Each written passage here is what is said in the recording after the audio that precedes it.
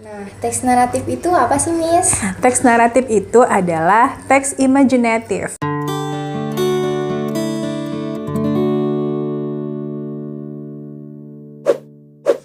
Assalamualaikum warahmatullahi wabarakatuh.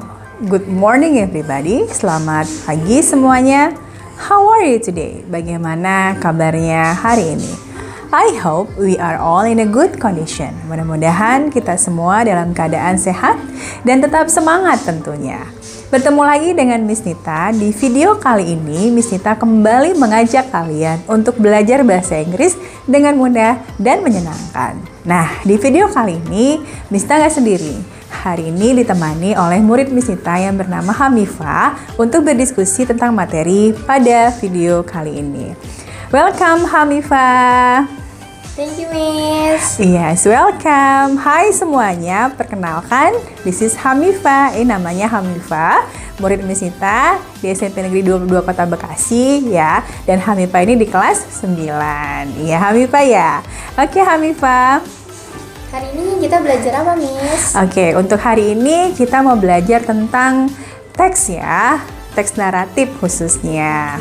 Nah, teks naratif itu apa sih, Miss? Teks naratif itu adalah teks imajinatif. Jadi dia teks yang berupa imajinasi ya, about one story, tentang suatu cerita. Jadi imaginative story. Oke, untuk tujuannya itu apa ya, Miss? Nah, karena ini teks naratifnya itu imaginatif ya atau fiction, maka tujuannya adalah to entertain ya, untuk menghibur Hamifa atau to amuse ya, menghibur the reader, pembacanya about one story. Nah, untuk jenisnya apa aja sih, Miss? Nah, teks naratif ini berupa fiction ya, jenisnya itu ada legend, legenda, lalu ada fairy tales ya, dongeng ya, lalu ada folk tales, cerita rakyat, lalu ada myth, mitos, dan also science fiction itu juga termasuk ke dalam narrative story atau narrative text ya. Unik banget ya, Miss? Iya, seru loh belajar teks naratif itu karena kita bisa membaca banyak cerita ya, dan untuk menghibur kita juga tentunya. Oke, dan untuk strukturnya, Miss? Nah, untuk struktur dari teks naratif itu ada 4 Hamifa. Yang pertama ada orientation, yang kedua ada complication, yang ketiga ada resolution, dan yang terakhir ada reorientation. Mau Miss jelasin nggak apa tadi apa itu? tuh, Miss? Oke, orientation itu Hamifa berisi tentang latar belakang suatu cerita. Ya, ada pemainnya, ada tokoh-tokohnya, ada tempat ya di mana kejadiannya, lalu waktunya. Nah, itu ada di orientation. Yang kedua ada complication. Jadi cerita fiksi itu ada konfliknya atau ada permasalahannya. Nah, karena ada permasalahannya, lalu ada resolutionnya. Penyelesaian masalahnya itu seperti apa.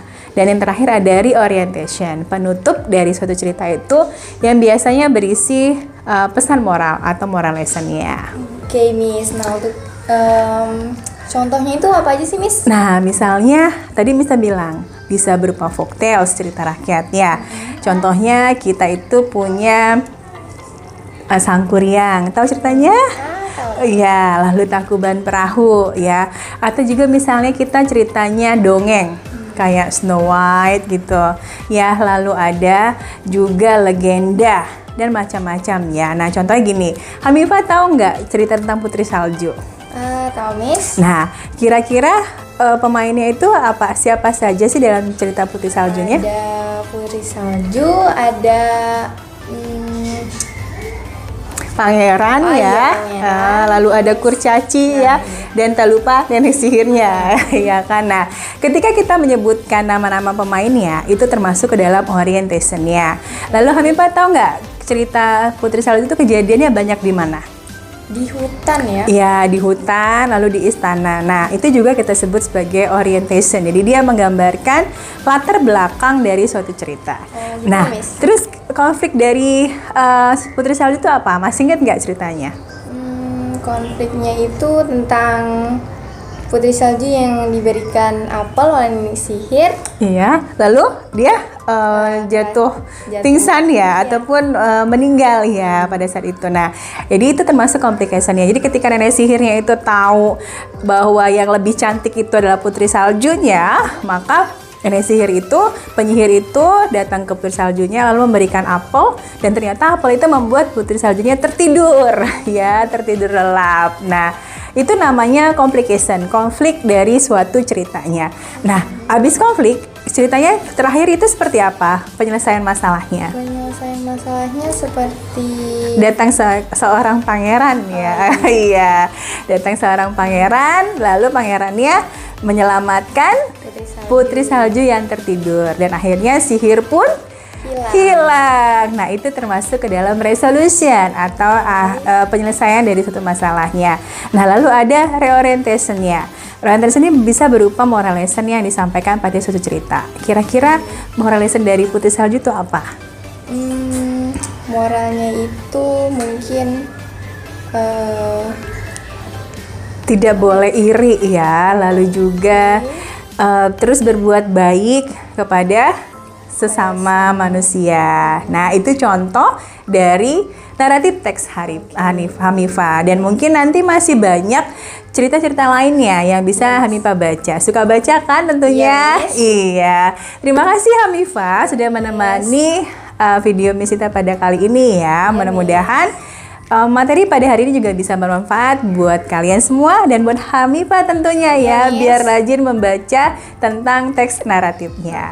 Oke, terima kasih. Thank you so much for watching. Terima kasih sudah menonton. Mohon maaf kalau masih ada kesalahan ya. Dan terima kasih Hanifah sudah mampir ke channel YouTube Misita. Thank you. See you. Bye-bye.